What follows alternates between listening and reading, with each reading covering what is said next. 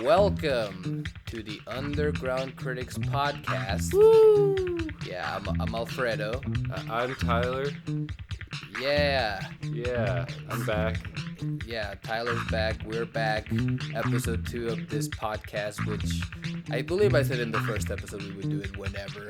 So Yeah. I'm not breaking any promises. Yeah, there's no committed schedule. I'm not making up for anything. But I thought it'd be a good time to talk about Nickelodeon, because as we're recording this, Rocko's Modern Life and Invader Zim have had movies come out on Netflix. Yes. Like within a week from each other. Yeah. And I thought it would be a good time to talk about both these movies, just kind of why they happened and the kind of impact of both, but not just the two of them. I also wanted to take this chance to talk about the Hey Arnold movie. Hey, what is it called? Hey Arnold, the Jungle Movie. Yes. Yeah. So I wanted to talk about that because back in July of 2017, San Diego Comic-Con, it happened, and I don't remember what got announced then. The only thing I remember was that there were sneak peeks of Hey Arnold, Rocko's Modern Life, and Invader Zim revival films. And it was pitched that it would be a new era of Nickelodeon where these would air kind of close to each other. They were kind of hyping it up as this sort of like event season thing. Because, it was very deliberate. And they clearly had been working on them for a long time at that point, since the stuff with Rocko and Hey Arnold at the show was like basically completed scenes. Okay. From with Hey Arnold, it was a scene where they're showing a movie that they made about Arnold. Oh, okay. The documentary. That's a nice where like a bunch of characters from the show up. They showed that scene as a sneak peek. Okay. And for Rocko, they showed like basically the very beginning where they kind of redo the intro of it, but it's modern. Okay. So I was extremely excited. Yeah. Like extremely. Cause, yeah. I mean, I'm one of those people who signed a petition back in the day for Invader Zim to get new episodes. Oh, yeah. I don't know if you were the same. I didn't sign that petition. I was in a Facebook group to get the Jungle Movie to happen. Oh, really? So, yeah, we both contributed to this in small ways, I guess. Yeah. Well, and... Yeah, so the three shows where, Hey Arnold, Rocko's Modern Life, Invader Zim, they're all, like, the interesting thing is, like, they're not all from the same era. They're all kind of from slightly different eras of Nickelodeon, but they were all close enough to each other where they're kind of, they're basically the cartoons that millennials grew up with. Or essentially, we were, as millennials, we were kids when these were airing or were either on reruns. Yeah, they're your classic, only 90s kids will remember these cartoons. Yeah. There's like, I feel like, if you were born between like 88 and 95, you watched the shit out of this particular three cartoons if you were watching Nickelodeon during those years. All the time those were on. So, yeah, they made sense as this kind of thing that they were doing. I mean, because obviously we live in a time where, nostalgia kind of drives so much of the business. Yeah, nostalgia and name recognition. So it's obviously not surprising that Nickelodeon would try to do something like that. And they've actually been trying it for a long time. I remember reading around 2015, this was reported by a couple of sites at the time, that Nickelodeon was working on an Avengers type movie featuring all of the 90s Nickelodeon cartoons. Boy. And that's how I'll put the link to that in the description. Please do. Yeah, because it was quite the story. Because I remember being like, "What? How is that even gonna work?" It seems to have fallen by the wayside since there's been no news of it in 3 I years mean, or so. you can take like the Jimmy Timmy Power Hour and expand that multiverse, maybe. You could. That's the only way that could maybe work. Yeah, It's better that they moved on from it. doing revival movie sounds like a better idea. But to get back to my original point, Comic-Con 2017, they announced these 3 things.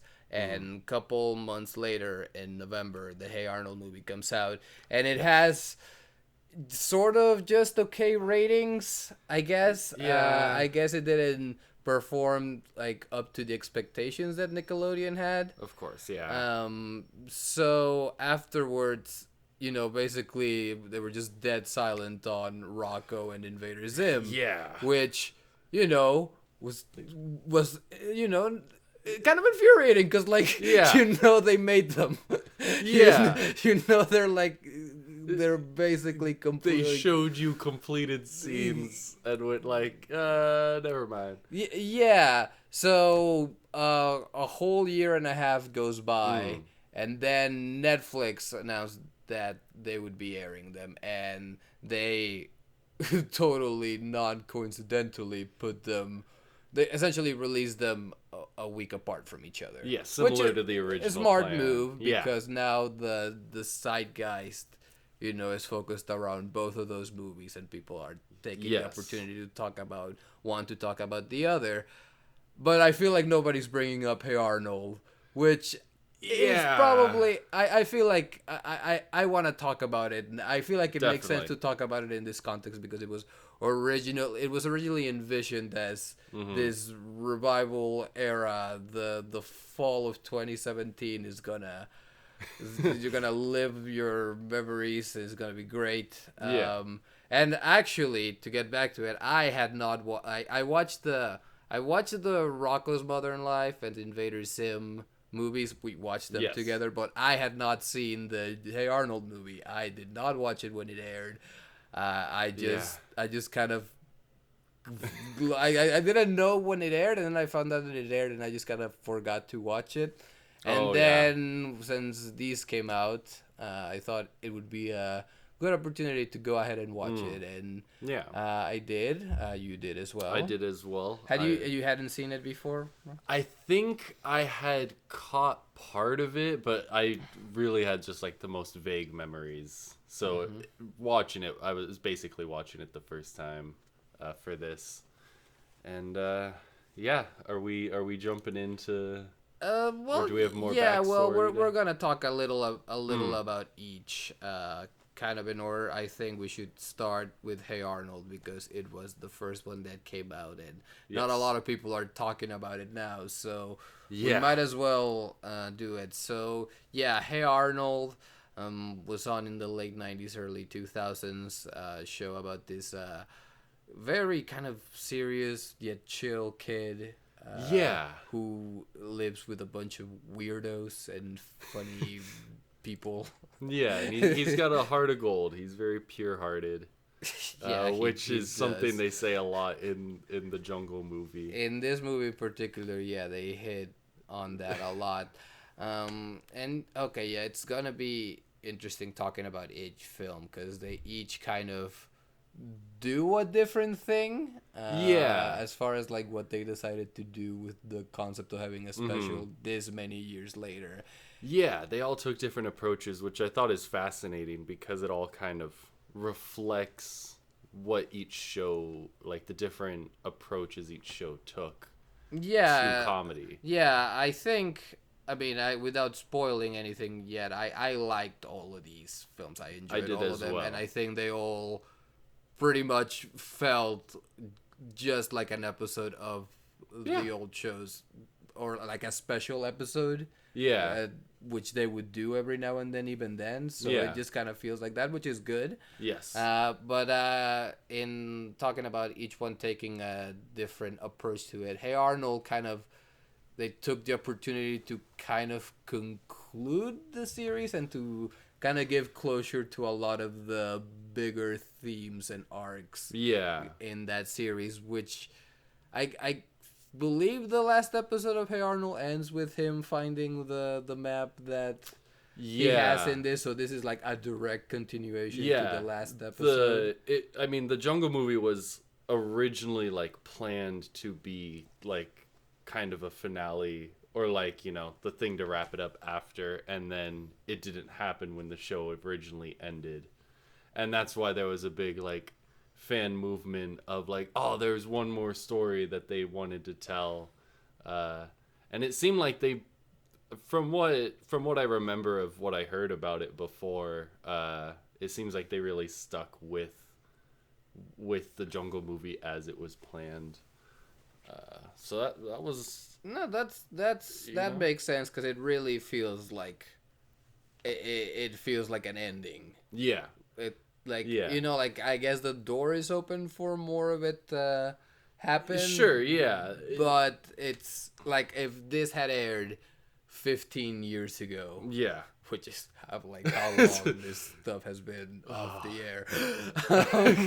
But yeah, if this had aired then, it would have been perfect as a finale, and I'm sure it would be in like people's top 20 finales of all time and shit like that. I think so.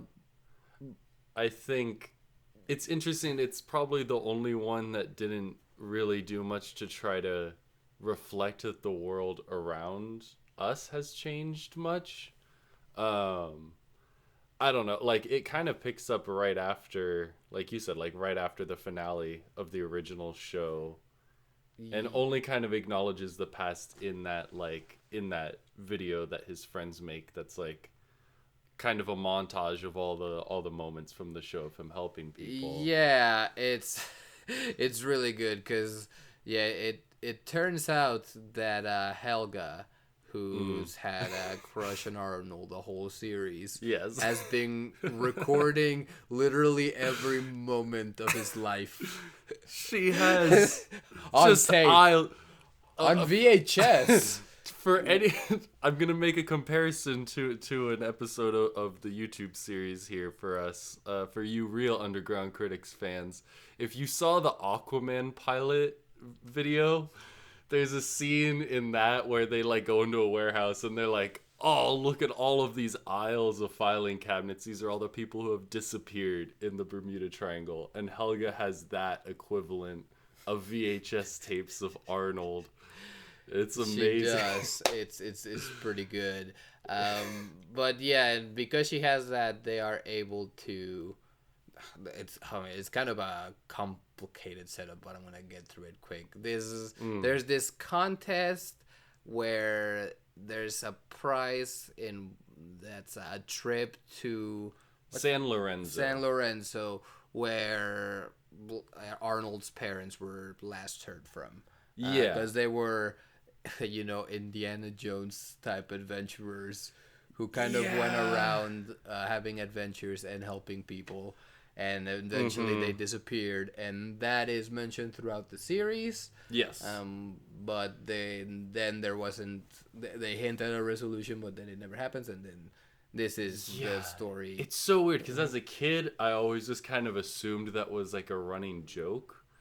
Like, I never, as a kid, took it seriously that his parents were actually adventurers. I thought, like, oh, this is a story his grandpa or, like, his crazy grandma made up. And it's like, no, that's real. I will say, it's been a long time since I've seen any of Arnold. I watched it so much as a kid that I feel like I have a pretty good memory of it. But I seem to recall that always being kind of earnest, like... Yeah, I mean, he's always sad that they're missing. I just thought that it was one of those, like, he's too young to know the truth kind of situations. Fun thing about Hey Arnold, that's where I learned who Hitler was. Awesome. Yeah. From Grandpa Joe punching Hitler. Yeah, he tells a story where I don't even remember what he's talking about, but eventually in the story he meets Hitler and he gives him a wedgie. Oh, it's a wedgie, that's right. Yeah, he fights him and then gives him a wedgie. He outclasses Cap punching Hitler. Yeah, he wedgies. It's amazing. Oh. And I remember I watched that with my grandma, and I asked her, who's Hitler? And I do remember her, kind of having that... Oh, well, Well. time to talk about this. Never know what children's cartoons are going to throw at your kid. Man. Your grandma had to have a talk with you about whether it's morally acceptable to give a wedgie to a Nazi. It's great. I don't think she had to get into No, that, I don't. but she did explain that Hitler was pretty evil. It ended up being a good thing. Yeah. So props to Hey Arnold for this. But yeah, so Helga has a bunch of tapes of Arnold, and because she loves Arnold and sees that he wants to win, she essentially gets everyone to help out and make a movie about Arnold, and they submit that, and they win the contest, and they go on this like you said, there's this scene where you see kind of all of the moments from the show and all of the people that Arnold helped. Yeah, it's well done. It's very touching. Yeah, it's really good. It's a nice little nostalgic trip before we can just like then move into this new story. Yeah, it moves on into again, it kind of just feels like an episode of the show, and a special episode where they go where they leave the city where everything is always taking place. Yeah, because you have a lot of that at the beginning, and then it just moves on to do its own thing, and then they're able to bring in some of the other characters. Yes. To like they clearly wanted for everyone to do something, and they do a good job at that. And they go to the I can't remember, San Leandro. Oh, San Lorenzo. San Lorenzo. I can never remember the name of that. Yeah, they just made up a South American country. Yeah. I enjoyed the joke about Harold mistaking it for a Mexican restaurant. Oh, yes. The characters just keep saying, oh, yes, our contest, the prize is a Mexican restaurant. So they go and they conveniently run into the guy who was the best friend of Arnold's parents before they disappeared, this guy named Eduardo, except plot twist, he's actually a guy wearing an evil fake mustache called he's a pirate called La Sombra, I think. La Sombra. Yeah, Shadow. Okay, that makes sense. Yeah. I kept thinking I should like Google translate this, and I just never did during the Yeah, so it turns out he actually lured Arnold because he's the chosen one. I gotta say I didn't entirely understand if so is this magic or not? Even by the end, it's kind of unclear. I have a lot of questions about that, but we'll get to that. It's not super important. The twist of him not being Eduardo is... I know this is like a kid's movie, but with the whole hype of like, hey, adult millennials, come relive your childhood. Like, you could have tried to hide that twist a little more. Yeah, it's very obvious. Like, Arnold tries to visit Eduardo. He, like, finds an address from 9 years ago, and luckily he still lives at that same place. But he goes there, and it's, like, trashed. And his pet pig, who just stows away on the trip with them, that confused me, because I'm like, he's not getting that pig back from customs when he tries to re-enter the U.S. with it. Oh, luckily that pig is very smart then. Yeah, we see later. But yeah, his pig's freaking out, and then they're like, oh, we gotta go catch the boat. And then, then Eduardo's there, and he just keeps isolating Arnold and like keeping him away from his friends. Well, even before that, as soon as Arnold essentially wins the contest, it turns out like Eduardo. Well, we don't even know if it's Eduardo yet. We essentially see a screen somewhere and like like matches up Arnold to football. It's going through all the clips from the montage. It's like football shape discovered. Yeah, and it's somebody off screen that laughs evilly, but you know. Okay, so there's a villain, and it's very, the way the guy's acting from the top makes like, oh, okay, so he's the bad guy. Yeah. They kind of reveal that you know, sort like it doesn't go on too long before they reveal he's the bad guy. Yeah, luckily. Yeah. But yeah, so he ends up kind of taking everyone prisoner, but then Arnold, Helga, and What's his friend's name? I can. Gerald? Yeah, Yeah. it is Gerald. Okay, yeah. They are able to escape and go to this city of like lost children, of like green-eyed lost children. They're looking for the people. green-eyed people, which just turns out to be a city of kids who all have green eyes. Who speak some kind of made-up language that's not Yeah. Spanish. I was like, that's not. I guess it's an indigenous language. I believe within that- the world of the movie. I'm assuming it's made up because this is a made-up place. Yeah, exactly. But yeah, so it turns out that all of the adults in the city have this disease that just like they're essentially in like permanent sleep. Yeah, they keep calling it like the sleeping sickness, I think. And at first I'm like, that sounds like a euphemism for death.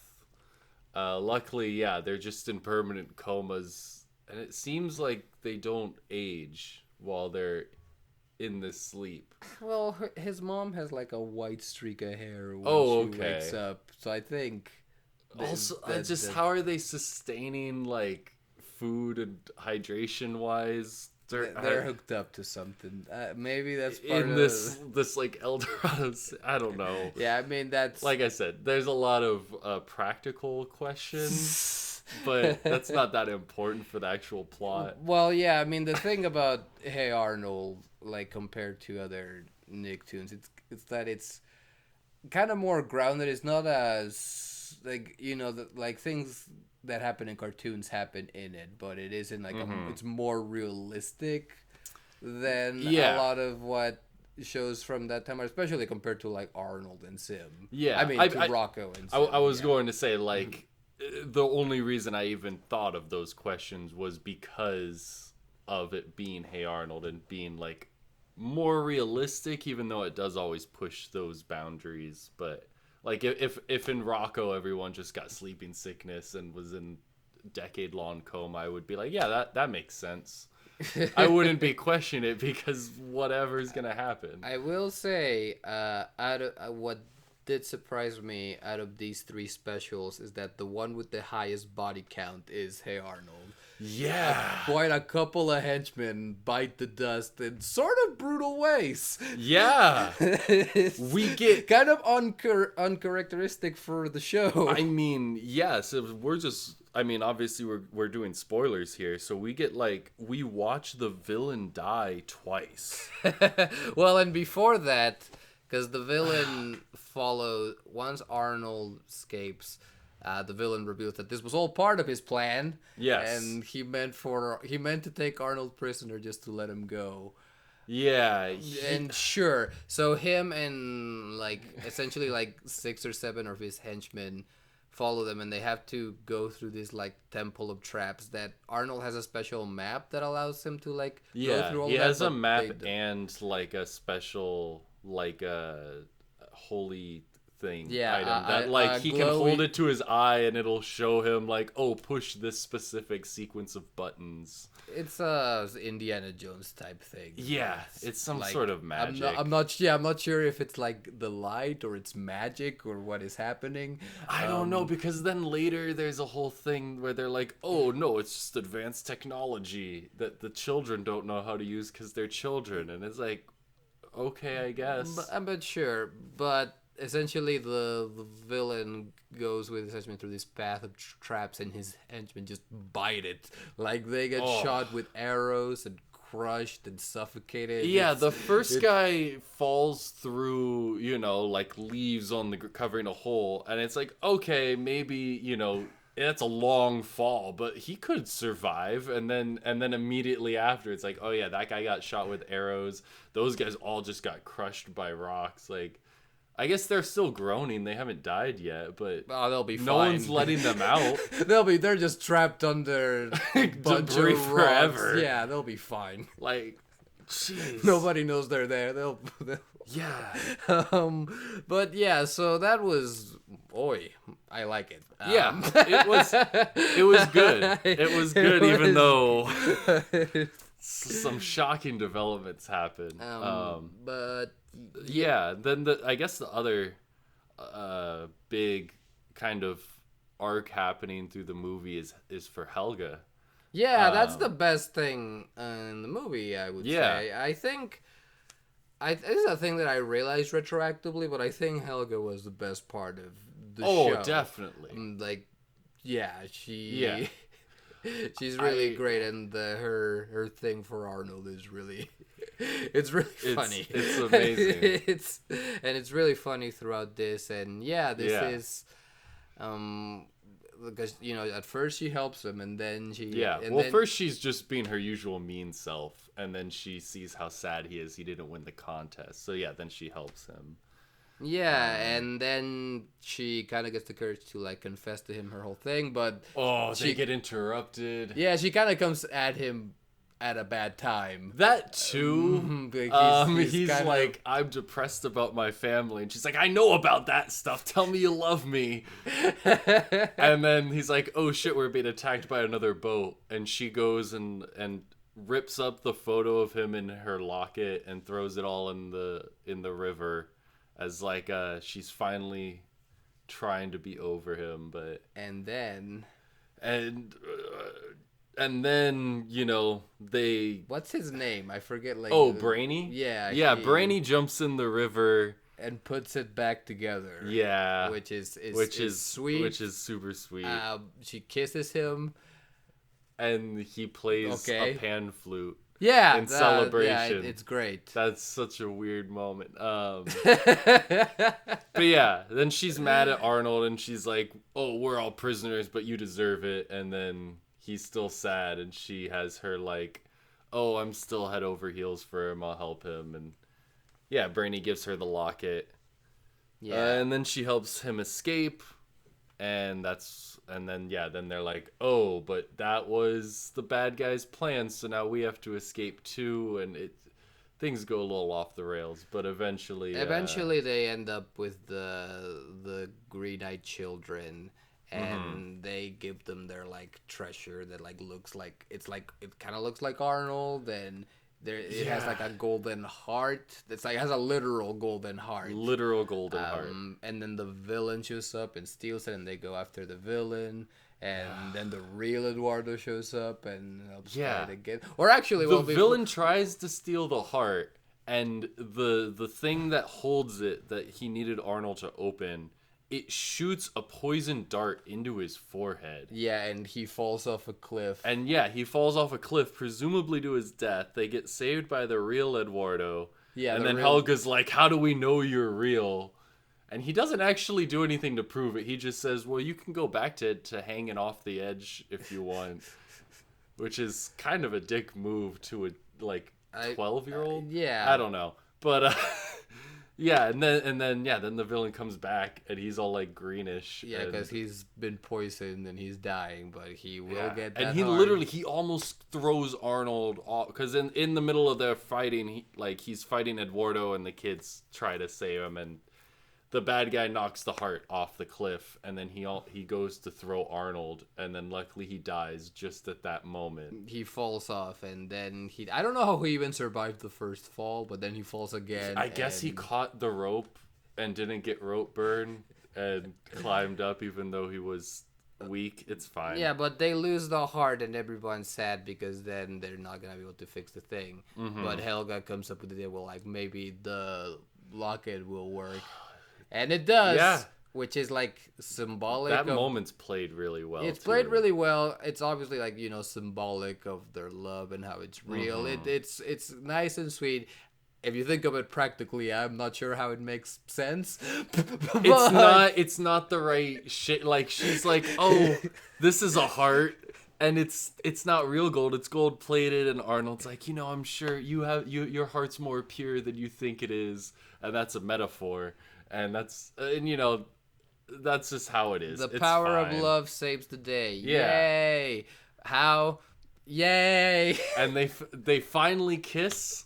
Yeah. Because Arnold's like, hey, literally every good thing that's happened on this adventure has been because of you, and I know you tried to tell me this thing, and it was a bad time. I wasn't ready, but like, and then he kisses her. And then Gerald and his parents interrupt the kiss, and they have a nice little moment, but it's... Yeah, and then they have a little moment where they make it seem like it all might have been a dream. Because the movie began with a dream sequence. And Arnold says that he's been having dreams, but no, it really happened. That's nice. There's the pig eats bacon. That's a thing that happens in this movie. Yeah, that's a recurring thing. That's I'm glad that the characters were creeped out by it, because when it happened I was like, is that bake? That can't be. Yeah, it happens at the beginning and at the end. The movie's like bookended by the pig eating bacon. Yeah. It's a fucked up joke. Again, I would expect it from Rocko or Zim, not Arnold. Oh yeah. But hey, they came to play. Yeah. and they did a pretty good job. Yeah. I think then the movie kind of concludes with them going to school and Arnold and Helga are together. And yeah, they're starting 6th grade now. Yeah, and Gerald and Phoebe are together. That's right. They got his parents don't even know what to do, so they're just gonna follow him to school, and I guess are gonna wait outside for him. Yeah, I guess. And it takes a while to adjust to society after a decade of being asleep. I give them time. Well, and before that, they were, spending however many years outside of normal society, helping third world countries, apparently. I guess that's what they were doing. I don't know. That they never go super deep into what they were doing with the green-eyed people, but it's fine. Well, besides curing them of the sickness. Yeah. They might do that again. We'll see. Yeah. Okay, so that's Arnold, and I think fair to say we both liked this movie. Yeah, quite a bit. I liked it more than I expected. Me based too. On it didn't make a huge splash when it came out, and then obviously that kind of disappointment in Nickelodeon's eyes, at least, was why these other things didn't release the way they wanted to. So I went into this thinking it was gonna be the low point of the three. And it's easy to look at that and be like, well, fuck Nickelodeon. At the same time, both of us did not watch. Yeah, we're like, the target audience. Really... We're the target audience for this practically, and neither of us watched it because it was on television, and we don't have cable. I think that's really where that went wrong. Was I mean, everything on TV was getting less ratings, and they were hoping that this revival thing would bring viewers back. And it's hard to when people don't, don't even own TVs in some cases. Like, I got a phone, I got a computer. Like, yeah, it's really kind of on. I mean, it's just a changing media landscape, which is what we're in the middle of. Television is basically dying. Yeah, and it's just kind of what's happening. And yeah, I guess it was better to just send them to Netflix because they're probably doing well. Mm-hmm. I don't know if they had. If Invader Zim, because I liked Invader Zim and Rocko more than Hey Arnold, I feel like I would have seen these movies, but I don't know if I would have watched them like on like the night when they premiered. Yeah, at best I would have watched them on like their like shitty site with like a bunch of ads and being annoyed. But no, so they should have thrown this movie on Netflix too. They did not. I'm surprised about that. I don't know why they wouldn't. I mean, it would do well right now. Yeah. There. I mean, I don't know how that works. Maybe it's different because it has aired already. So that maybe that changes the licensing. Who knows? Anyway, we like that. It's too bad that it didn't get the ratings Nickelodeon wanted. Because then Rocko and Zim just kind of were just kind of there sitting, nobody enjoying them. Yeah. Which was a shame, but thankfully they're out now. Let's talk about Rocko first, since that one came out a week before. Static Cling. Yeah, Rocko's Mother Lime. Rocko's Mother Lime. Lemonade Lime. Lime. Static Cling. Yes. I get the...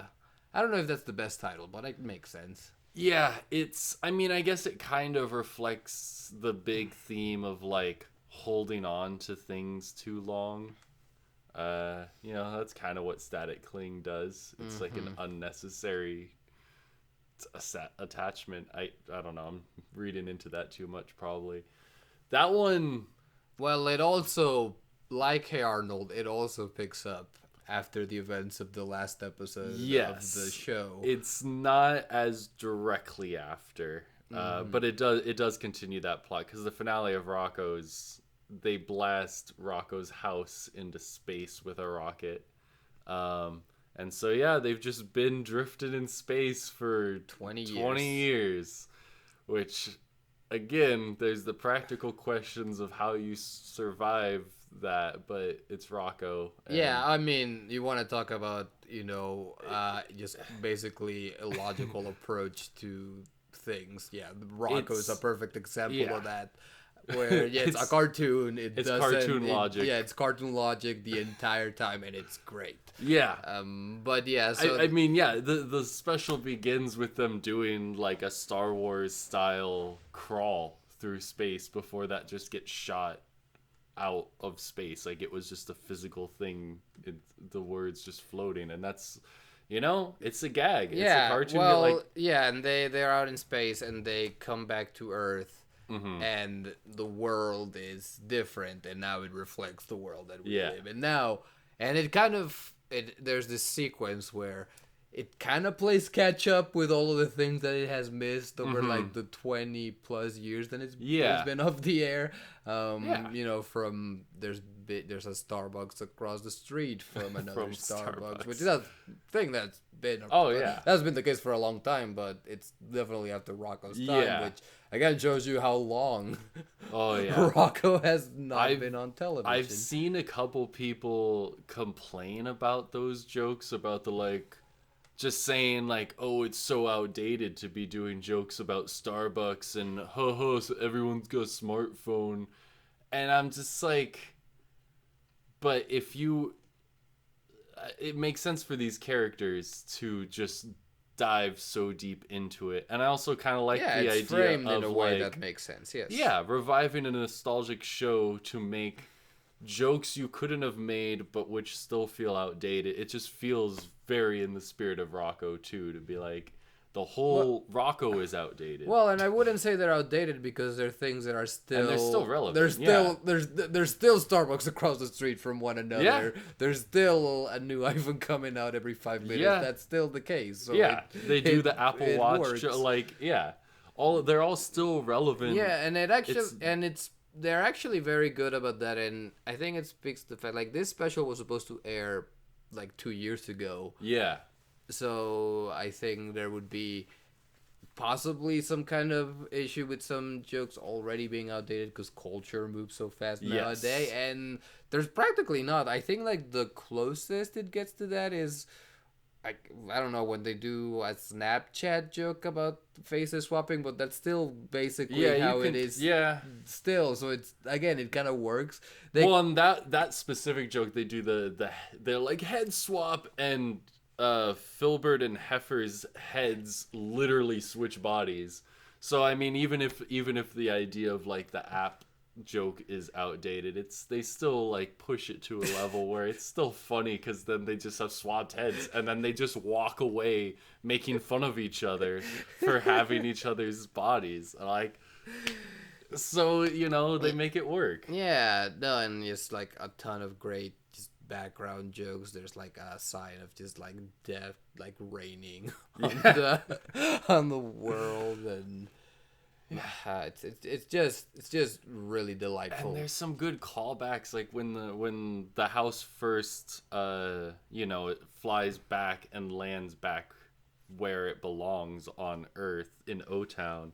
The little trash monster dude is singing the recycling song in the yard before he gets crushed by the house, and it's just they definitely throughout the special take the opportunity to reference things from the show and have cameos from characters from throughout, and they're just there for a second just because that's one thing I noticed in all three specials was there are like moments that are directly from the kind of like intro theme sequence from the shows, which I always really like when a movie from a show does that, where they're like, oh, that moment that you've seen repeated over and over, here it is, like within the context of an actual plot. Just I don't know why, it's just a really appealing like, hey, I get that. Yeah, no, then they do it very well in Rocko. But yeah, they come back and the world has changed. They haven't aged. No one has aged. Yeah,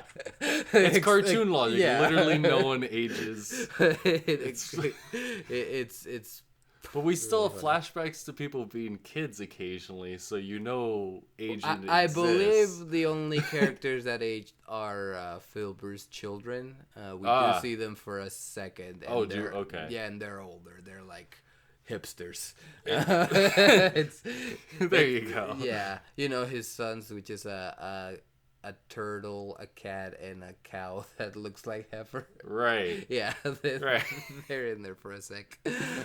Oh, that's cool. There's a nice little, if we're on talking about references, there's one or two like Camp Lazlo references. Yes. Which is the same creator, Joe Murray, so it makes sense. They essentially are implying that they take place in the same world. Which is great, because the finale for Camp Lazlo actually already had established that as a possibility.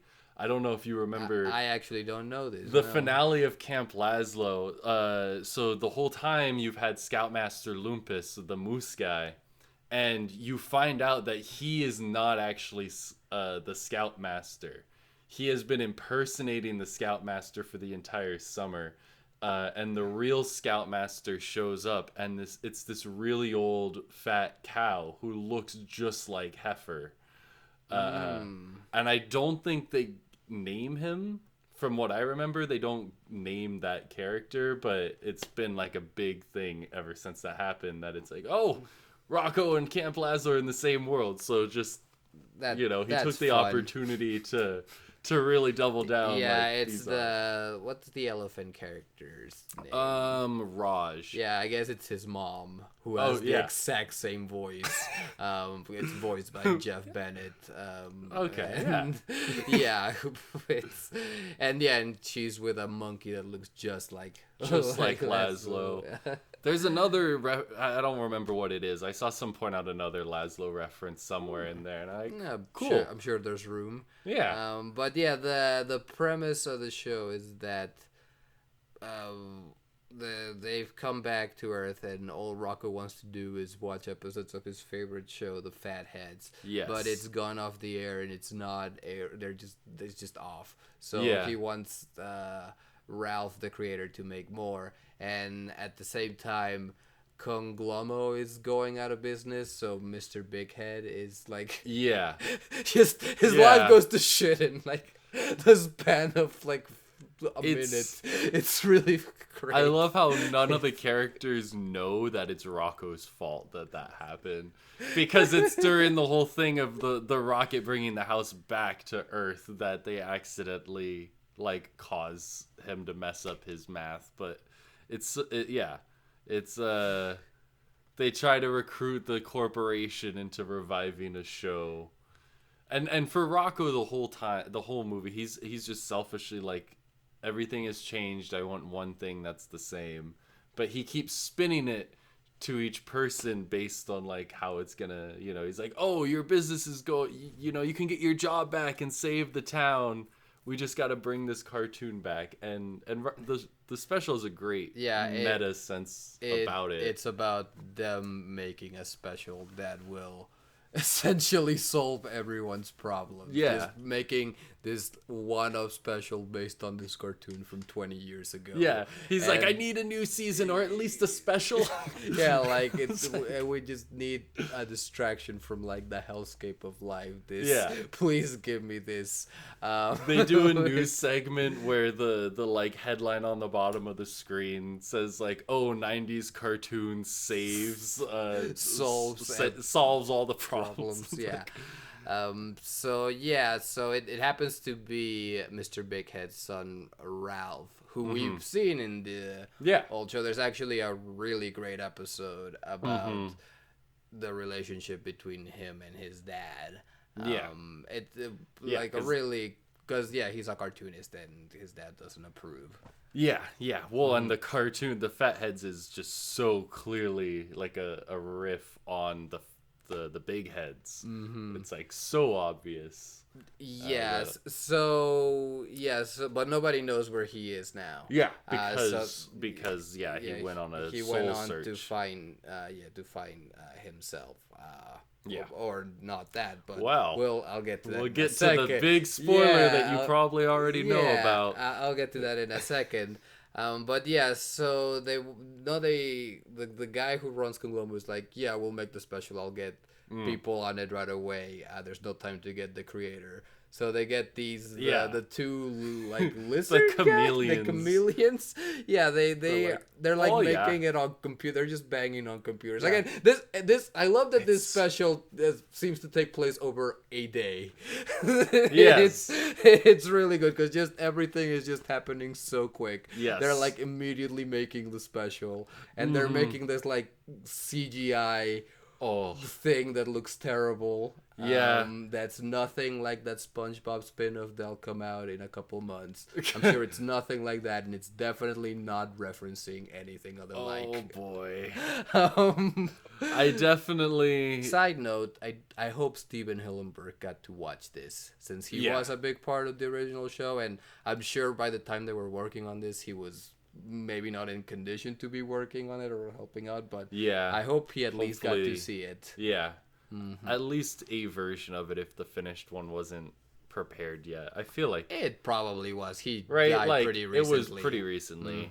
But I definitely think just the jokes about reviving a show, it has a really great sense of humor about it. But they go on this like journey around the world on a drone. They have a drone carrying a couch. As they look for the missing Big Head.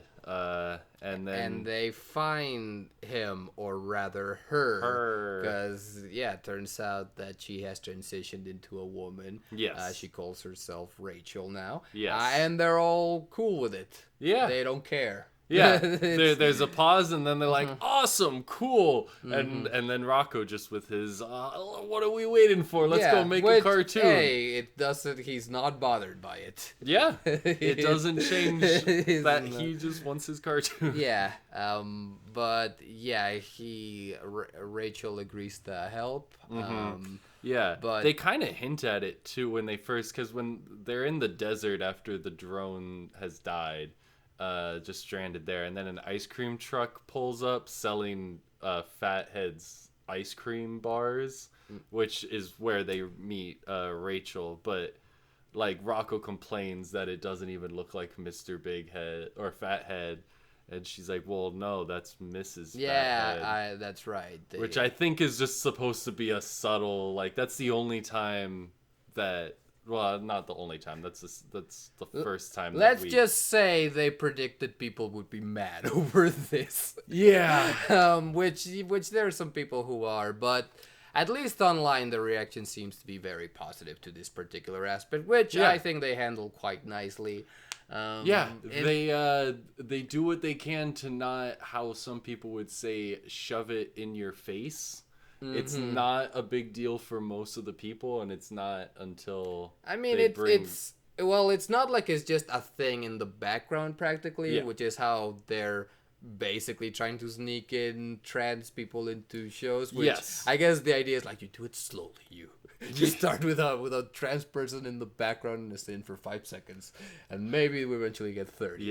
Well, maybe there's that. I also think that people are just very afraid of doing it wrong because there's a history of the only representation people had for a long time was bad. And I think there's a real fear of backlash. And that's the only way we know how to do it. And there's and instead Joe Murray worked together with GLAAD, the organization. I think it's the Gay, Lesbian, Alliance Against Defamation. You got it. I got it. I did not know. I win my woke points for the night. Yeah, I know there's gay, lesbian, association. It's an alliance. It's an alliance. Okay. Yeah, but yeah, so he worked with specifically like the trans representative officer or whatever. The person whose like job is to judge on to you know, give them feedback on how they're doing. Well, so, it seems like they really cared. Yeah. they were it's very handled well. Yeah, because like you said, it is important to the plot once Rachel comes back to do the cartoon. Yeah, they're not dancing around it. Yes. It's very clear how they're presenting it. This is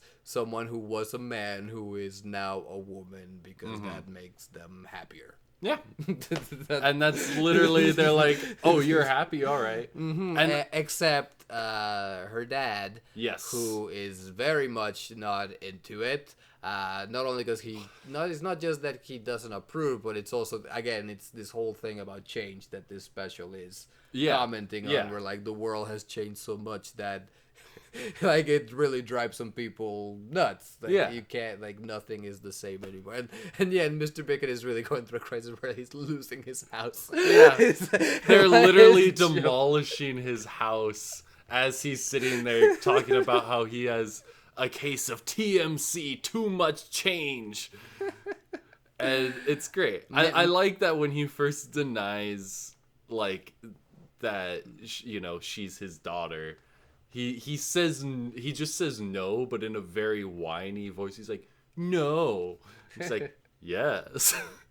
And it's just a great, like, oh, he's not actually, he just really doesn't want change to happen. Like, that's the whole theme of the movie. Yeah, and Rocko does have his moment where even though he's doing all this like basically for kind of a selfish reason, he still hammers, like he does hammer the change thing into Mr. Big and like drags him to the special. So he is doing his part in helping. Yeah, and I think he does. And he's doing it more to help Mr. Big Head more than anything. I mean, by the point that he has that talk with Mr. Big Head, like Rachel has left and said, "I'm not doing this. I'm not putting up with this," which, you know, good for her.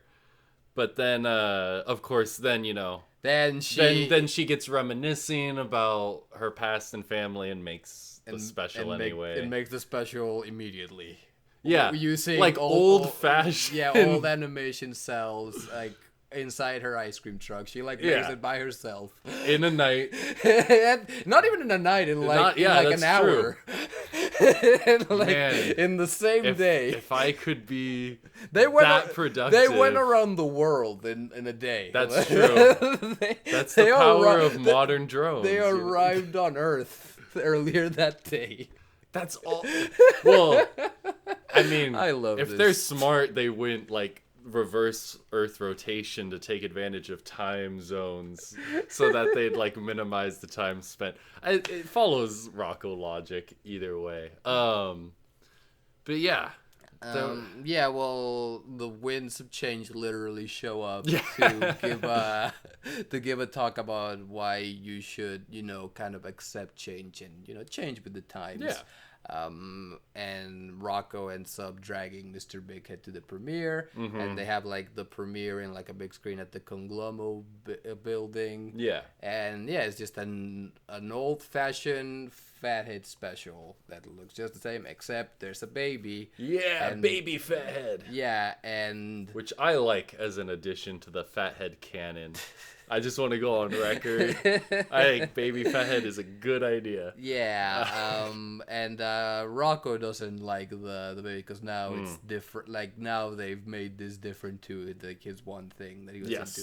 But Mr. Big Head, because he sees the baby and it reminds him of essentially his baby. That it's literally like Rachel's just taken a memory from her childhood with her father and like animated it in a funny way. And he realizes, oh, this is still my child. This is still the person I love. Yeah. So nice. It's a nice thing. But then Rocko's still not into it. Rocko jumps on the ice cream truck and starts yelling at everyone about how this isn't new fatheads, this is different fatheads. And yelling about how you've ruined his childhood, basically, by changing a character in a cartoon. And oh no, what could this ever be talking about? But again, the winds of change show up to essentially talk some sense in him, and he basically just accepts and it. Mr. Big Head's like, hey, change happens. He's like, I guess. Yeah, even Rocko accepts it. It's quite the... I mean, then the rocket shows up and like throws the conglomerate building into space with the owner, and money rains on the city.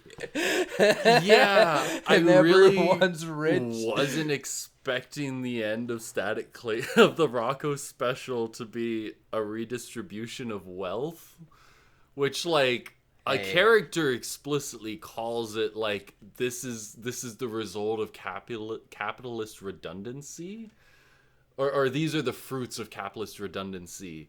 Like, wow, that just...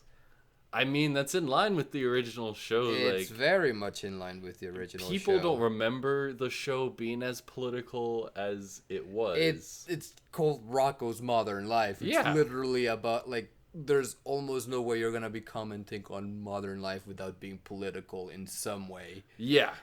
If you're doing your job right. Yeah. Yeah, and as something intended as satire for all ages that wasn't being dumbed down for kids. Like, that was the whole point of the show. Of course, Rocko was very much a show where the people making it were pretty much just making a show that they would enjoy. Yes, exactly. And these were weird people who liked weird things and weird jokes, and God bless them for them. Because I would not be as weird as I am without without this. So yeah, but they would have, you know, when you do comedy, you can't help but your thoughts, your politics to show up a bit in your work. So Rocko's like old Rocko's full of that, and this special is full of that because it's perfect. Again, very much like the other two specials. It feels just like an episode of the show to the point where, like, oh man, you get those feels. Yeah. Those feels once you were like, oh boy. Yeah. There's times it's like, wow, it just feels like I'm watching the show like it was. As we go through these, I get that feeling more with each one. But Rocko, like, visually also, I feel has the most... It just visually feels the most reminiscent of the original. Yeah, even though it's the oldest. And I mean, this is still in HD, and you know. Yeah, they make a joke about it being in widescreen PhD, but you know, beyond like making it higher definition, it kind of looks exactly the same. Yeah. Whereas like the Jungle Movie with Hey Arnold it's in the same style, definitely, but it looks more to me like either like the other Hey Arnold movie. Yeah. Or even like Rugrats Go Wild. It definitely looked, like the movie, I would say. With I mean, the fact that there was a movie that looked so similar before, I think helped. Yeah. Accept it. But yeah, I think Rocko gets a little closer in that aspect. Mm-hmm. But I really loved Rocko. It is kind of a, even though more people got to see it because it's on Netflix, it is kind of a, well, I mean, talking about essentially the target audience. I know you would say like the target audience is both the millennials you're trying to reach with the nostalgia and also the kids that will be watching it, and it's just a case where these two demographics don't really mix. They're not really paying attention. I mean, hell, the kids are barely watching the fucking TV. Like, they're on their computers and the iPads and their phones too. So, Netflix is better for the kids, honestly. Yeah, that too. But I mean, I do think maybe more kids would have watched it on their own if it had aired on Nickelodeon, just because they would happen to be watching. Because I don't think, I think the only kids that will be watching this will probably watch it because their parents, who are fans of Rocko, will show it to them. Yeah. But they're not. I don't think they're gonna really be going out of their way to watch this unless they're like, animation fans and whatnot. But like even if you're seeking out animation specifically, like Netflix doesn't always do great with promoting their animated stuff. Well, they just have so much stuff. They also have a lot of stuff. It's kind of hard to go through. The algorithms are weird too, because if you search specific categories, like sometimes not all the same movies pop up. It's a weird, I don't know. It comes down to there's so much stuff, and I think it tries to just pick what it thinks you'll like. The reason it's kind of a shame that, less kids might be seeing this is, obviously because of the trans aspect of it and how, I think this is now pretty much the prime example of how to handle a trans character in a animated show for children, quote unquote. Yes. Or that children can watch. Let's put it like that. Yeah, like child-friendly media doing trans representation. Like, this is the height now, which is so weird for a revival for of show like that's really old cartoon. A show that's been off the air for like 23 years or whatever. Yeah. It's quite something. But enjoyed it. And just a week after that, the Invader Zim. Enter the Florpus. Enter the Florpus, which, I'm excited to talk about this one. I don't know that I have a lot to say, honestly, other than it's really fucking funny.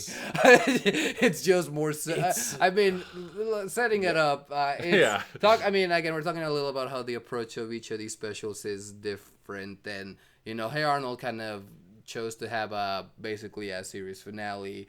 The Rocko special did this meta thing where it's about making a special, and Zim is just more Zim. Yeah. Jonan Vasquez, he tweeted that people kept they were expecting this to be like a finale that will wrap things up and close some circles and give answers that people have been waiting for, and he's like, no, it's just more Zim, really. Yeah. And it is. Yeah, I was thinking about that too, because in the sense of dealing with that time gap, Hey Arnold only acknowledges the past in that video that they make of all the clips from the show, and then Rocko is the meta thing, making jokes about reviving something, and Zim, they're just he's literally been sitting and doing nothing.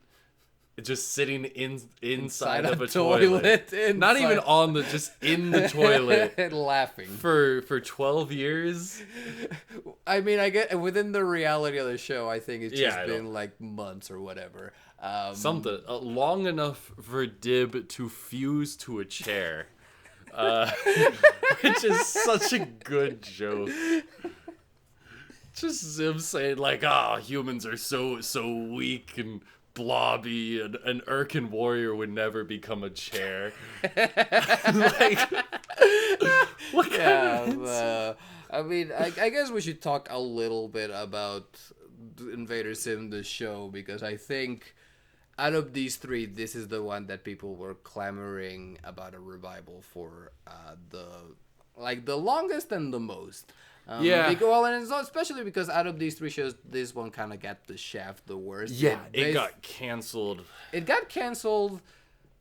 People say it's basically because 9/11 happened and Nickelodeon didn't really want a show like that to... They didn't feel it was good for the national mood at the time. Literally the last episode there was in December 2001. Okay. And then there were a bunch of other completed episodes that didn't air then. Those were, actually, the rest of the world got to watch them. I'm from Mexico, so I actually got to watch them back in the day, and it was crazy to me that they hadn't aired here. I actually... Soon after I moved here, around 2006, those episodes aired for the first time on television. Yeah. And I thought it was crazy that was... I was I heard, new Zim! What? Yeah. Oh, it's just... No. Oh, it's just... I thought that they were bringing it back as a kid, because I was oh yeah, more Zim, and then it was like, oh no, they made these years ago, and you just never got it. Like, all right, well, I mean, it's more Zim. Yeah, I'm happy. well, what happened is that Invader Zim got canceled, but then they still put out the DVDs, and those sold really well. Oh, like, yeah. really, really well. Like, remember Hot Topic? I was gonna say Hot Topic was the place to be for Zim merch. Zim, yeah, and this was basically around the time where Family Guy got brought back from cancellation because of DVD sales. So that started out talk with all these other shows that had gotten canceled and then went on to do really good on the DVD market. That, you know, there started to be talk about the shows. Like another one was, you know, Futurama. Same thing happened, and a show that was on that conversation around the time was Invader Zim. And man, it looked like like it's doing so well. There's like they're definitely talking about it behind the scenes, but then it just never materialized until, you know, I guess 2-3 years ago. Yeah. And then they were like, never mind. But then finally it got put on Netflix. So yeah, needless to say, I was really hyped up. I think out of all the movies, this one's the one I was the most hyped up for, and it delivered. Like you said, Sim has been sitting on a toilet for an indefinite amount of time, just laughing. And meanwhile, Dib has become a chair. But I also just which was Sim's plan. Yeah, he reveals like, yes, that was my plan. But you can't know if that's true, because every time anything happens in the special, Zim goes, phase 2! That was phase 2! And then once things go wrong, he's like, you fool, it wasn't actually phase 2, you just needed to think it was. And it's like, who knows if he ever had a plan, or if he was just sitting in a toilet laughing and then just got bored. Who knows? But it's really good. Either way. But then Sim is trying to get the tallest to come to Earth, but he finds out that their trajectory, which goes on a straight line, they refuse to turn ever. It's going the exact opposite way from Earth, like not even close, and he goes on this depression. And meanwhile, Div essentially works out so that he's not a chair anymore and gets super fucking ripped, and then he's like back to his normal size somehow. He's like, I was out of shape and then I got 2 in shape, but now I'm normal shape again. Like, what does that mean? And again, this seems to have happened over like a day. It just keeps cutting back and forth between Zim being like, I need to remember phase 2, and Dib working out. And just, before Dib shows up to stop him, and Zim is just under, he's in a cheesy cocoon of misery. At first it just looks like Gurr is sitting on the couch surrounded by nachos, but it turns out Zim is inside of the nacho cheese, just wallowing in his depression. And I mean, who hasn't been there? Who hasn't had a cheesy cocoon of misery?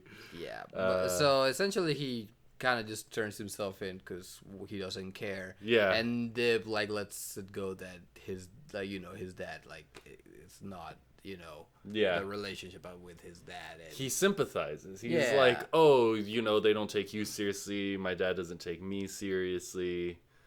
And he's also kind of like, he's like, no one knows that I saved the world. And, he has to struggle. That's Dib's thing. He's like... But he lets it slip that his dad has this, like, wristwatch coming out that's for Peace Day. For Peace Day. It's Peace Day. Yes, is very much a Zim universe kind of holiday. Just Peace Day. And he's like, oh, everyone's gonna wear these, and then all the children in the world will wear a wristband and then hold hands, and science will somehow then make the world more peaceful than it already was. Which I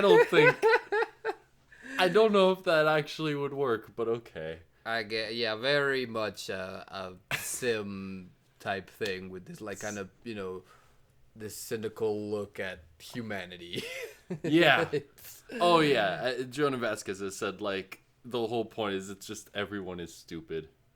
Like, no, not aliens and stuff exist. Everyone's just too stupid to know. No one's evil. They're just stupid. And the people who are smart enough are like gas who don't care. Yeah. Yeah. Just exactly. like, whatever. Like, the people are so stupid to the point where Zim is telling Dib, like, my arch enemy, the only person to see through my brilliant disguise. And he takes off his fake hair and eyes. And the neighbor guy is like, Martha, that neighbor kid's an alien. And then he puts the hair and eyes back on. He's like, oh, never mind. He's normal. And it's like, what? It's so good. Yeah, but we should get into the plot. Yeah, well, Sim essentially tricks Dib into thinking he's like giving himself up, but then he like betrays him and hacks his dad's watch, which he uses to essentially open up this portal next to Earth that's like gonna swallow it up, called the Florpus. Yeah, I don't know why it's called that, other than it's a funny word. It's a funny word, and Jonan Vasquez liked spending a year just saying the word Florpus over and over, going like, what is a Florpus? You'll have to see. Yeah, Dib wants to stage like a world-saving thing to be a hero, and yeah, Zim, he calls them like phase-shifting alien spirits or something like that. Like, it's just like a ghost monster blob on their watches that makes them evil. Yeah. Which has, again, there's no basis for what that means or how it works. It just does. Even later, Professor Membrane's like, well, we knew that was always a possibility, but only if you had theoretically like infinite power from a moose in space, which seemed unlikely. Oh yeah, the moose, mini moose. We gotta. But yeah, Zim.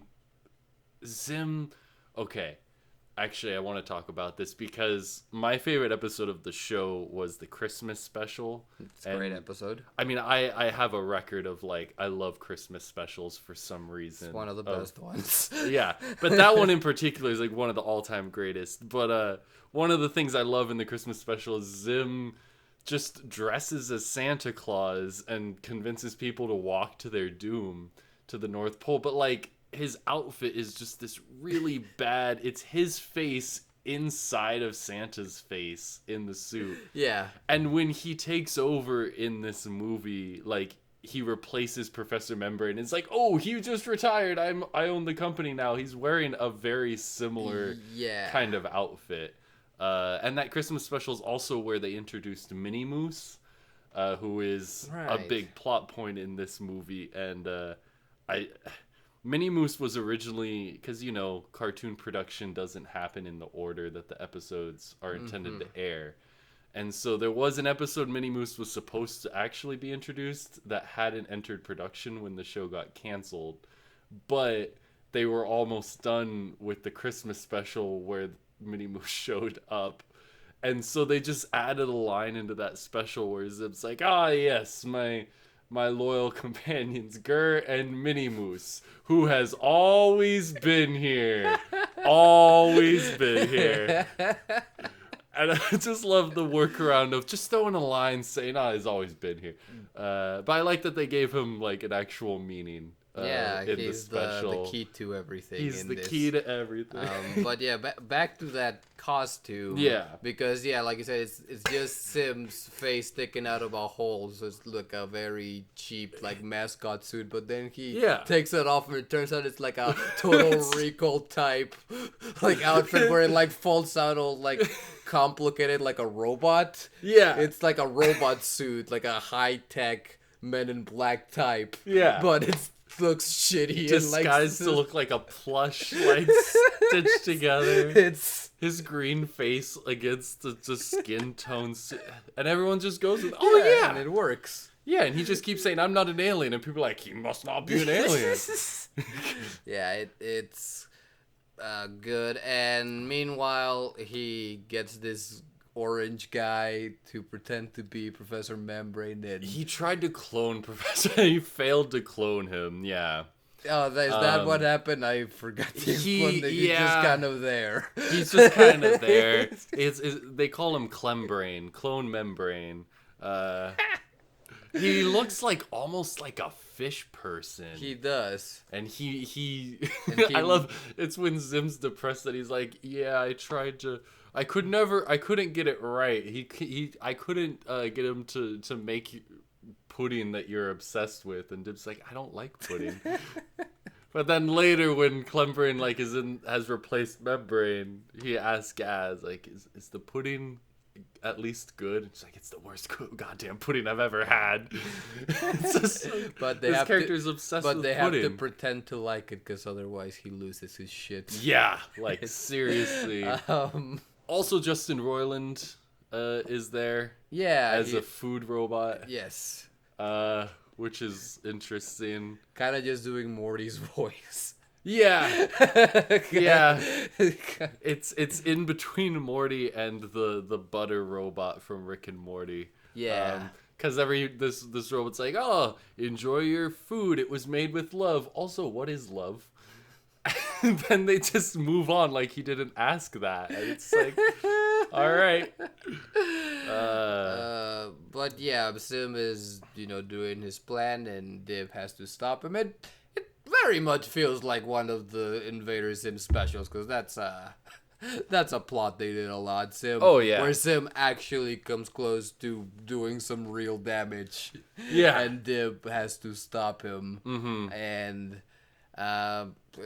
Professor Membrane gets dragged into the action this time, which normally didn't happen. He pretty much was always kind of a joke character. Yes. The only exception to that is the Christmas special, but it's not because he believes that Zim's an alien. It's because he wants to kill he Santa. hates Santa Claus. So Div has to stop trying to convince his dad about the alien and just say, Dad, Santa's trying to take over the world. And suddenly he's like, on it. That's right. In this one... And he's so great in this one. Professor Membrane is so... He's so good. In this one, he half believes it. He's like, oh, we're fighting an alien, but he believes it's like all a hallucination. Yeah, it's all a hallucination. Yeah, and logical. But again, one about each of these specials, like doing a surprising thing. There's a bit of a sweet thing between Dib and his dad, and his dad actually being proud of him, which. Sort of uncharacteristic for Invader Zim. Yeah, like, it's a good moment. I like it. Yeah, it's a little weird. Just all these specials are pulling all kind of fast ones on me. Like there's sentimental stuff in Invader Zim, and people are getting fucking stabbed on Hey Arnold. It's it's just nuts. It's fucking wild. All of this happened. But yeah, Zim uses the bracelets and the power of song, because Gur sings a song about peace. Is nice. Peace is nice. Peace is better than chicken and rice. Great. And all the kids love it. And so all the kids hold hands, and then Zim uses that and the power of Mini Moose, which apparently has a secret power, and it just to transport the Earth straight in front of the tallest, so that they have to meet up with Zim. Yeah, and the tallest, meanwhile, can see that they're heading to Earth and towards Zim, and they don't want to, but they do not want to stop going in a straight line. Yeah, but that's one of my favorite things is the character who just keeps saying, like, sir, we can just turn. Like, no, why would we turn? We could just blow up the Earth. So the whole special, they're like getting closer and like powering up their cannons to blow it up, and meanwhile Zim's like, finally they're gonna come and see how good I am. And then also the transportation that Zim has done has opened a Florpus, which is apparently some sort of kind of like a black hole. It's like it's basically... It's kind of like a multi-dimensional black hole. It like destroys reality, or like it warps it. It's like it sucks in the planets and then smashes those realities together with alternate realities. I guess. Like sci-fi. Sure. Crazy shit. Yeah. But yeah, and I love that Dib points at. He's like, Dad, how can you really not believe that that's real? He's like, oh, son, how could something that terrifying be real?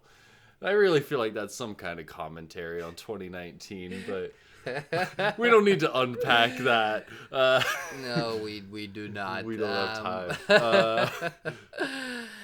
But yeah, I do want to comment on Gas real quick, because she is a little different than... Yes. She's still, she's still the same character, but again... She gets a sentimental moment, too. With Dib.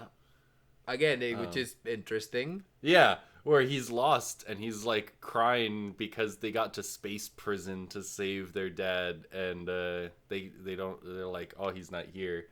And, he's like, why aren't you making fun of me? Why aren't you saying I told you so? And she's like, it's not fun when you're this sad. Yeah. Which is, actually, Helga has a similar moment, but for very obviously different emotional reasons. Yeah, it's all this stuff is very interesting. Yeah. Again, it's not what I would expect.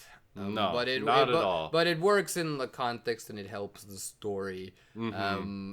Invader Zim was never a show that related it didn't relate much on characters having emotional moments like that. Yeah. But they do it in a way that works and moves the story along. Yeah, because that moment immediately gets undercut by them realizing that Professor Membrane was right there the whole time. Yeah. And he's like, oh, I didn't expect you to be in my hallucination. We go back to just the wild stuff that was happening. And they're like, okay, that's enough of the emotions. Yeah, well, and then they go back to Earth, where Zim is, like, sitting on a throne that's, like, spitting out peanuts that are getting caught on fire and raining and hurting Zim. He's so stupid. Like, he just wants to have a cool throne with fire to impress the tallest, and instead he has flaming peanuts raining on him. But yeah, they show up, and there's an army of robots, but Professor Membrane just does a Kamehameha. Yes. And destroys all of them. There's a good number of anime references in this. Like, we should have mentioned it. It opens with Dib doing a voiceover, and it's all this very intense anime style. And I'm 12 years old. Yeah, that's a JoJo's reference. Dib is giant and overly muscular, and then he looks like an adult man, and it's like, I am 12 years old. And then when Minnie Moose teleports the planet, the beam of light, it's not a cross, but it's very, very reminiscent of a shot from End of Evangelion. So there's that in there. It's the Kamehameha. You got all these random other influences in here. It's a lot of fun. Yeah. Like, you can tell that they just had a bunch of fun thinking of, like, all the jokes. There's not a moment wasted, I think, in that special. Yeah, there's not. And so then the Earth gets swallowed by the Florpus, but they're able, and right. There's this very great sequence where it's all these different animation styles, which include puppets. Oh, I love that section's so good. It reminded me of they do some stuff similar to that in the Lego Movie 2. Mm-hmm. Yeah, which was one of my favorite parts of that movie. But this has added nostalgia factor, so it's better. Also, just while that's happening, Dib is yelling at his dad, like, hey, we gotta reverse this, come on. And his dad's just yelling, no, give me a break, it's my first moose. And, like, just a sentence. Yeah, but, he's able to fix it. Yes. The Earth goes back to place. Yes. And the day is saved. But the tall is still, even though the Earth is out of their path. Well, the Earth is out of the path, so they're like, yay! But the Florpus is still there, and they just go in. Like, why do you always have to be such a buzzkill? And then they just fly into the Florpus. They just go, Yep. wee! And then Zim calls them later, and they're just going through, like, all their, like, Yeah. puppets. And they're, like, He dying. tries to convince Dib that Phase 2 wasn't everything that just happened. Phase 2 was he was trying to steal the ceramic clown puppy. Like the sad clown puppy statue from their living room. And yeah, he tries to show it to the tallest, like, oh, I got the puppy. Are you happy? And they're just on fire. They're just Mr. Meaty style puppets on fire. Yep. And Clambrain stays with the membranes. And Yeah. Professor Membrane, I guess, doesn't remember anything or just thinks it was a hallucination. Yeah, well, yeah, because then, yeah, Dib asks him, and he's like, oh, I remember it in my head and all that wacky stuff happening. Meanwhile, he's standing next to this deformed clone of himself that just exists. It's great. He's just so doesn't want to believe in this stuff.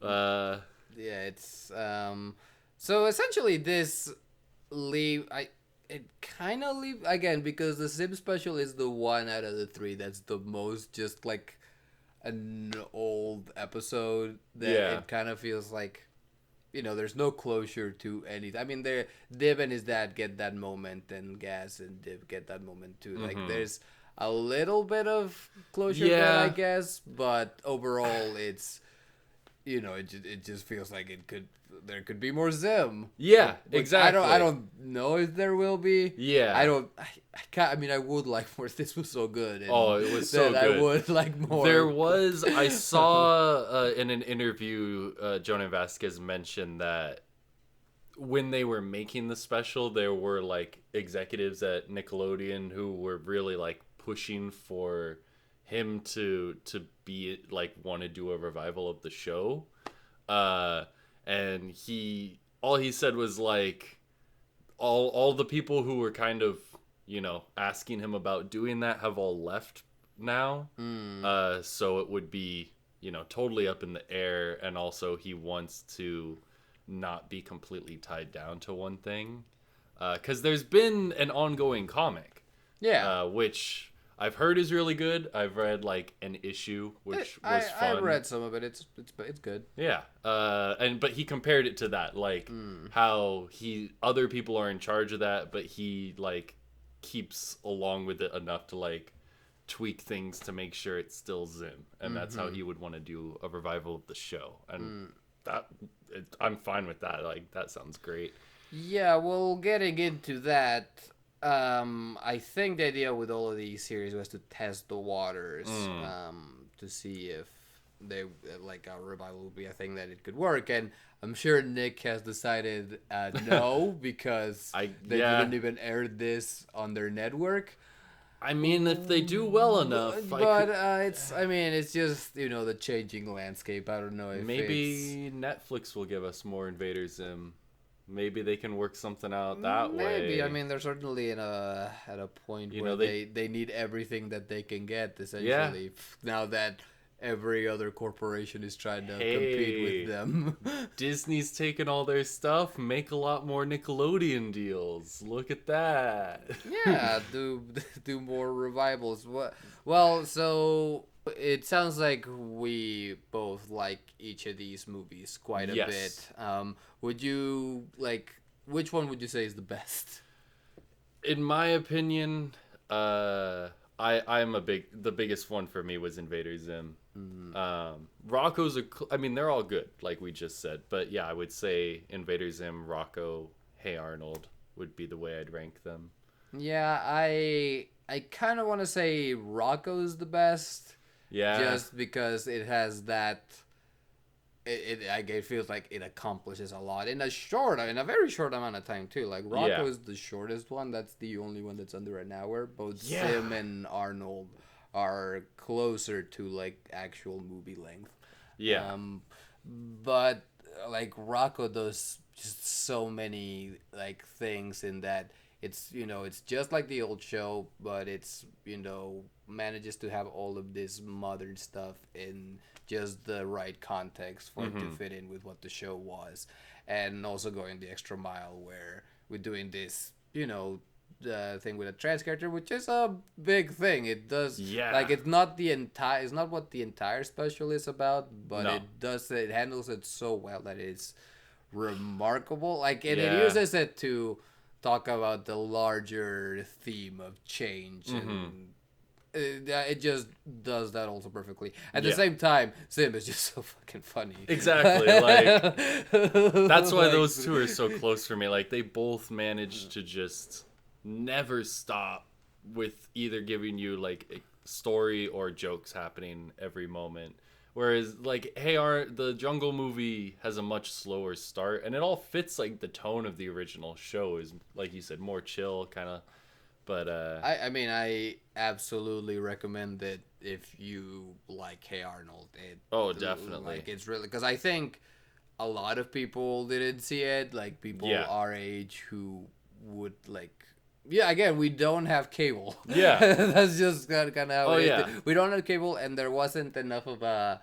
It didn't really catch on in the zeitgeist for like like me to feel like go out and watch it. Like, essentially, these two other movies had to come out on Netflix and watch them for me to go, I should watch the other one. Then we should record a podcast where we talk about all three for way too long. Should have known this would happen. Like, Zim and Rocko are amazing, and Hey Arnold is, pretty good. Definitely a good, if it's the finale of that, good. It's so weird to call something a finale when it's happening like so long after the series that it's. Well, the show's finale was like pretty good too, so it almost, I don't know. It's like it had a finale, but this is like a second finale. Yeah, I mean it's a special. I guess that's what it is. These are all specials, and we'll see what happens if they make more of any of this, or if they ever do that weird ass Avengers type movie with all the Nicktoons characters. I mean, what would that even be? Oh, speaking of, there is one other revival in the works supposedly. Oh yeah. Good old Rugrats. That's. I mean, this was reported like over a year ago. I don't know what the state of it is, but they had announced that there would be a 26 episode order for a new series, and there would also be some kind of live action project that would feature CGI live action hybrid. I don't know how that works with Rugrats, where everyone Are the was babies people. CG and everyone else is real? I hope not. That sounds horrible. That does sound horrible. But the only other CG could be like Reptar or the dog. I guess Spike. That seems like a lot. Gotta get Bruce Willis to reprise his role. As Spike. So like I said, the last I can find about this is from like a year ago, which I mean doesn't mean, I mean it could mean they're moving ahead with it or not. I mean, animation takes a long time. We know that Klasky Suspo, the company that made it, was supposed to be involved, and that the original creators were supposed to be involved up to some point. That's a show where like there was a whole behind the scenes drama between like the people making it, so which ended up, I guess, affecting the show. I mean, it's it's weird to think about Rugrats, how that used to be the biggest show on Nickelodeon like before SpongeBob. Like, it makes sense that they're bringing it. I mean, back. because it already had 2 movies and a spin-off show. I mean, it was like it a was sequel gigantic. show. It was huge. It was gigantic. It was the kids these days don't know how fucking big Rugrats was. We should go with adults now. The original show, they're kids, then all grown up, they're like preteens. Now it's actually now they should be 20-somethings. It should be like girls. Except with the Rugrats characters. If you still had like the personality you had as a baby when you were like 28. That's true. How different would Tommy? Yeah. I guess, yeah. But yeah, I guess we'll see how that goes. Well, yeah, I was gonna ask if you if you could choose like an old Nickelodeon cartoon, or I guess just any cartoon to do a revival. Like if this becomes a trend, Well, what would you want to? I mean, like sticking with Nickelodeon, I guess I would say, like, I don't know. I think My Life as a Teenage Robot, that could probably have like there's something you could do with a special of that. Yeah. I'm trying to think what else like could work. I don't know. Cat Dog. I'm not really dying to have any more Cat Dog. Cat Dog feels like it fits in with these three as far as like the era and everything. But yeah, I don't know if there's that much else you really need to do. If John K wasn't a piece of shit, I would want more Ren and Stimpy. But we already got more Ren and Stimpy from him, and it was awful. So I guess scratch that. Luckily, I missed all of that. Oh man. See, because if you were putting like a trilogy of shows to like put together in some kind of block. Yeah. I think Invader Zim, Rocko, and Ren and Stimpy would be. Yeah. They're all kind of in that, like, they have that kind of brand where it's a kids show, but there's a lot aimed at adults there. But like we said, John K's a piece of shit, so yeah, let's not do that. I don't know. Like I'm thinking of all the other Nicktoons, and there's the Angry Beavers, there's Cat Dog, there's Doug, which Disney owns, so that's not happening. Yeah. At least till Disney buys Nickelodeon, which hopefully is at least a couple years down the line. Hopefully. I think I doubt there's much demand for this, but like All Real Monsters could be fun to bring back. Yeah. There's not much demand for there's it. There's like no demand for that at all. That'd be a that's a deep cut. That's a cool one. I also would have said My Life as a Teenage Robot. I think I've rewatched some of that fairly recently, and that holds up pretty well. Yeah, I wasn't even the biggest fan of it. I just think like thinking back, which show you could like actually do something worthwhile. Yeah, like that's that's a cool epic show. Well, and that. I mean, not to turn this into a whole talk about that show, but it does a lot more like parodies of classic and famous sci-fi stories than I had realized as a kid. That there's been so many movies in that genre since then that if you did a revival, could do some interesting stuff with how that's changed. Well, you heard it here, folks. Nick, get on it. Get on it. Get on My Life. Or bring back Kablam. Oh fuck yeah, Kablam revival. That doesn't work as a one-off special, but it does. I mean, I guess they're like presenting different cartoon shorts. It's a one-off. Yeah. I guess people want Prometheus and Bob, right? Yeah, the alien and caveman guy. I didn't know I did until you said it, but right? Yeah, Action League now. Come on, guys. Come on. Those are my big requests. My Life as a Teenage Robot and Kablam. I like it. Well, I think that about does it for us. We've been talking for quite a while. It happens. But talking about 3 different movies. It happens like that. So, Tyler, you want to plug anything? Tell people where to follow you or... Yeah, you can follow me on Twitter at please__laugh. That's 2 underscores. I cannot underscore enough that I would like you to please laugh. And yeah, wow, man, this blew up. Listen to the podcast, Underground Critics, at where you are right now listening to it. Yeah, subscribe to Merry-Go-Round Magazine. An LA-based independent culture magazine run by people we know. Yeah, go ahead and do that. I'll just give them some free advertising. Yeah, why not? So do that. Yeah. Alfredo, where can people follow you? You can follow me on Twitter at AlfredoFilmGeek, and you can also, if you're watching this on YouTube, you can subscribe to this YouTube channel for the Underground Critics. More episodes of the standard show coming sooner rather than later, and more podcasts in the future probably. So yeah, just stick around. I guess you can also follow us on Instagram and also on Twitter. Just look for the Underground Critics there.